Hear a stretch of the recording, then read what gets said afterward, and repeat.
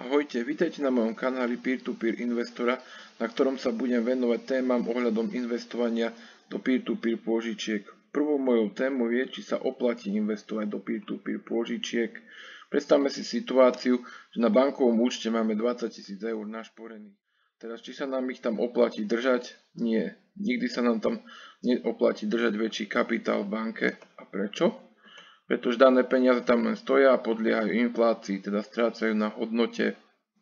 Ľudia z banky vám zvyčajne aj telefonujú, keď vidia, že máte tam viacej peňazí, aby ste ich investovali cez banku, ale ponúkajú zvyčajne mizerné zhodnotenie, využívajú hlavne to, že vy sa do toho nerozumiete a pritom banka z vašich peňazí vysoko profituje. V banke si však treba nejaké peniaze nechať, hej, ak ste jednotlivec, tak 10 000 eur, ak ste dvojica, tak každý po 5 000 eur pre prípad núdzi, keby vás napríklad vytopil sused, že potrebujete tie peniaze. Finanční poradcovia to aj nazývajú ako vankúš. Ako teda investovať tie zvyšné peniaze? Je viacero možností. Cez fondy, dlhopisy, investície do ETF-iek, nákup akcií cez brokera, forex za obchodovanie, bitcoin a kryptomeny, crowdfunding a mnou spomínané peer-to-peer pôžičky.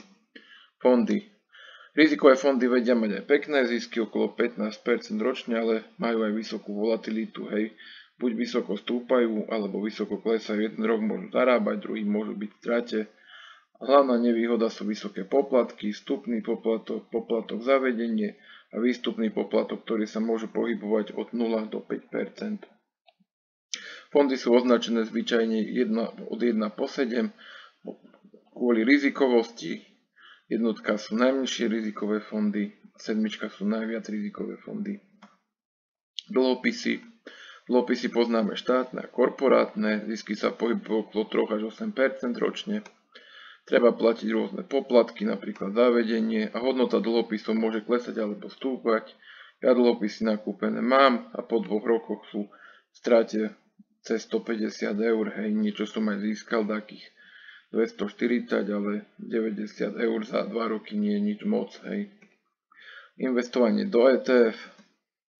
Najväčšou výhodou je oslobodenie od daní po roku držania, ročný zisk tam býva okolo 6 až 8% a do ETF fondov sa zvyčajne investuje cez nejakú platformu, dá sa aj cez brokera, hej, keď si človek vie sám nakúpiť, ale keď sa do toho nevyzná, tak zvyčajne to nejaká platforma urobí za ňo, že to nakúpi napríklad cez Finax, cez Partners, cez fondy. Finax má napríklad veľmi zaujímavé podcasty, vyzerá dobre, ale keď človek pozrie ich v Insta, tak vidí, že sú stále v mínuse, negenerujú zisky. Niektoré platformy si pýtajú vysoké poplatky, vstup, riadenie, výstup. Nákup ETF vysoko odporúčam určite ako produkt sporenia alebo šetrenia. Odporúčam si tam posielať takých 30-40 eur mesačne. Určite je to dobrá vec. A určite neodporúčam investovať do ETF cez banky, hej, lebo tie môžu mať vyššie tie poplatky. Nákup akcií cez brokera, to si vyžaduje veľa času, veľa štúdií a veľa skúseností, od výberu vhodného brokera až po nákup akcií, ktoré majú nejaký potenciál s budúcim rastom.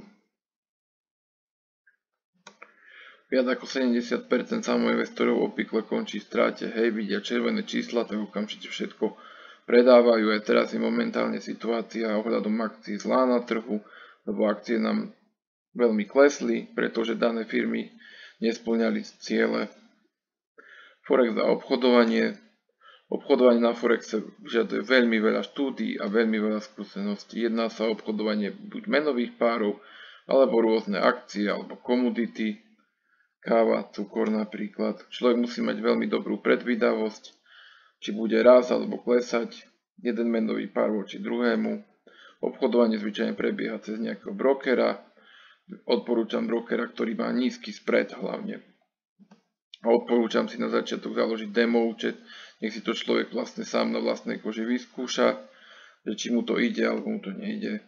Niektorí ľudia sa to učia 10 rokov a stále to nevedia dokonale predvídať. Bitcoin a kryptomeny. Tak investícia do Bitcoinu predstavuje vysoké riziko, pretože Bitcoin má vysokú volatilitu, tiež je raz hore, raz dole a aspoň o 30-50% skáče sem tam. Odporúčam však veľmi malú časť investovať aj do Bitcoinu, možno pár stovák, 100, 200, 300 eur, viac nie. Bezpečnou investíciou by mohli predstaviť stablecoiny, napríklad Tether spomínaný, ktorý vlastne stúpa a klesá iba o nejakú 0,0 niečo, hej.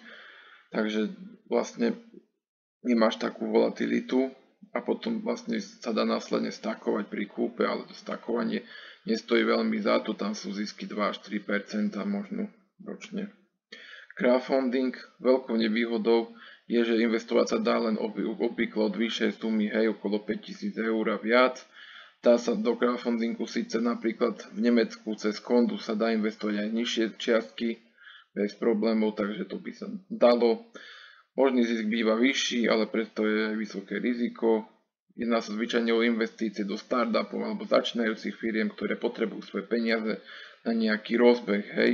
Kúpou sa obvykle stávať aj spolumajiteľom, ale hrozí tu však vyššie riziko bankrotu, keďže tie firmy len začínajú a nemusia sa rozbehnúť.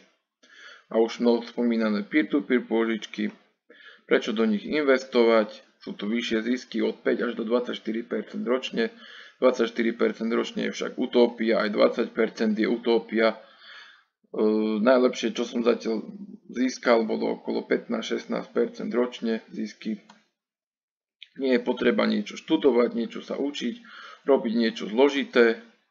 Ak si chcete vlastne spravovať účet na danej platforme, zaberie vám to 5 minút denne, hej, viete si sami rozinvestovať, s tým, že ak to nechcete, rozinvestuje vám to samozrejme aj robot, len to zisky budú nižšie, hej, to budú okolo 12% ročne, a keď si to sám spravíte, tak to môže byť okolo 14-15% ročne.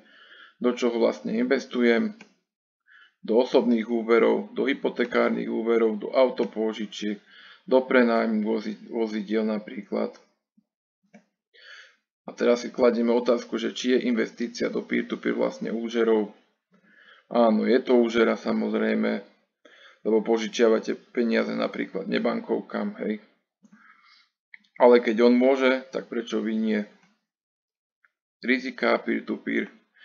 Výber zlej platformy je vysoké riziko, hej, človek si nebude vyberať platformu, ktorá je tu, ja neviem, mesiac, 2, 3, ale si bude vyberať platformu, ktorá je tu dlhšie 4, 5, 6, 7, 8 rokov a schopnosť nesplácania dlžníkov, hej. Keď dlžník nesplatí vlastne svoj dlh, dobrá platforma však vie tieto peniaze od dlžníka buď vymôcť, alebo vám aspoň vráti peniaze, keď to nedokáže spraviť. Ponuka platform na investovanie do peer-to-peer býva rôzna, preto budem jednotlivé platformy postupne predstavovať, porovnávať a investovať do nich svoj kapitál s cieľom najvyššieho zisku. Ešte moje vyhlásenie. Nie som finančný poradca ani neposkytujem služby s finančným poradenstvom. Riziko investície je na zodpovednosť každého z nás. Ak sa vám moje video páčilo, dajte like a odber, poprípade zdieľanie a uvidíme sa pri budúcom videu. Zatiaľ ahojte.